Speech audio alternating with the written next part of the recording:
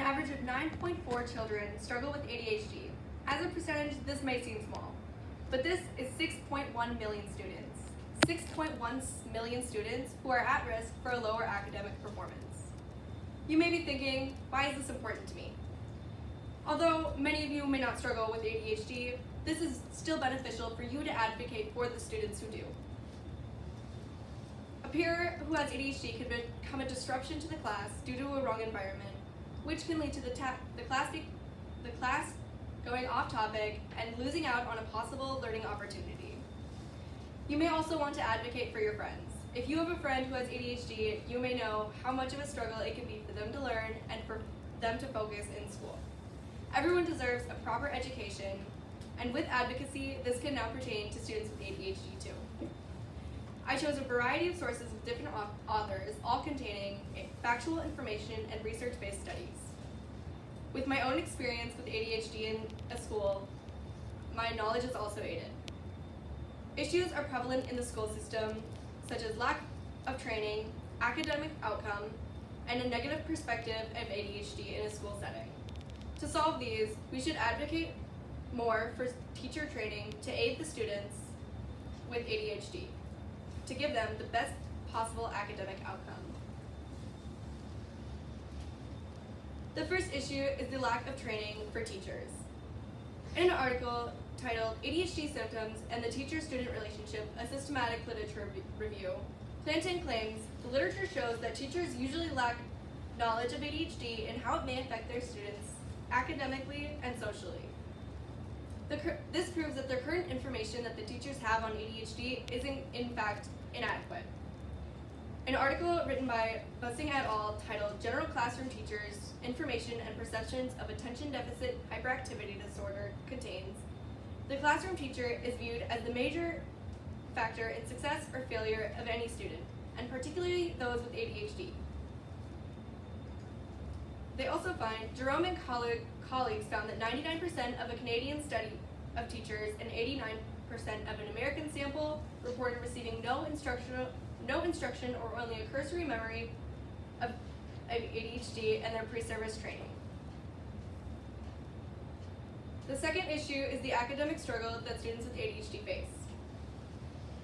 In an article, an evaluation of 504 individualized educational programs for high school students with attention deficit hyperactivity disorder, Adhd et al. Voices, given the increased desire for independence, additional expectations and responsibility, shifting social landscapes, and a transition into middle and high school, the vulnerability plus the multiple increases and the transitions into middle and high school lead to a poor academic performance for the students with ADHD.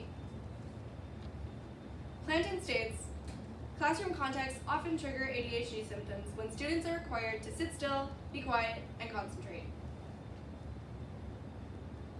The third issue is the negative perspective that schools have on ADHD. In an article, It is time we all embraced the term neurodiversity. Mulholland explains, do not use neurodiverse as a scalpel for dividing us from them. This term is seen as negative, which then leads ADHD to be seen as more of a disability and focuses more on what the student can't do rather than a more positive outlook and seeing what they can do. The first solution is to have more teacher training. Bussing et al. Indicates teachers express the least confidence in ability to manage stress caused by children with ADHD and establish effective behavior contracts. By a large margin, the teachers identified lack of training, large class size, and severity of student problems as most significant barriers to student success. This proved that we need more teacher training because most teachers in the study had a lack of confidence. The article also addresses the need for stress management training, how to adjust learning to fit the needs of an ADHD student, and behavior contracts. These could be provided in workshops or in service days. An article titled Unknown, Unloved, Teachers Reported Use and Effectiveness of Classroom Management Strategies for Students with Symptoms of ADHD. Castro et al. Claims, these findings suggest regular schools may have insufficient facilities to adapt to recent changed policies to include students with special needs in regular classrooms.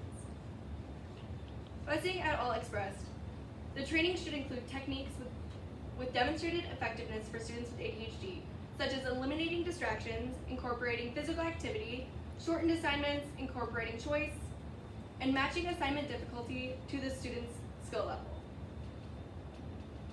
The next solution is having an increase in positive student-teacher relationships. Paraphrased by an article by Plantin, this addresses the teacher's knowledge and how it affects a student with ADHD. Their ability to make attributions, to explain symptoms, and accommodate students' expectations and interpersonal relations are important for teachers to understand and accommodate the needs of a student with ADHD. Plantin also voices, a conclusion can be made that teachers in general experience less emotional closeness to those students with ADHD than with non-ADHD students. This result corresponds with the student feeling of teacher rejection, which in turn seems to trigger higher levels of externalizing behavior. This proves that more training will give more knowledge and have better teacher relationships. Classroom management strategies are also proven to help students with ADHD. Classroom management strategies are used to increase behavior, build positive relationships, and provide a positive learning environment for not only the students, but also the teacher.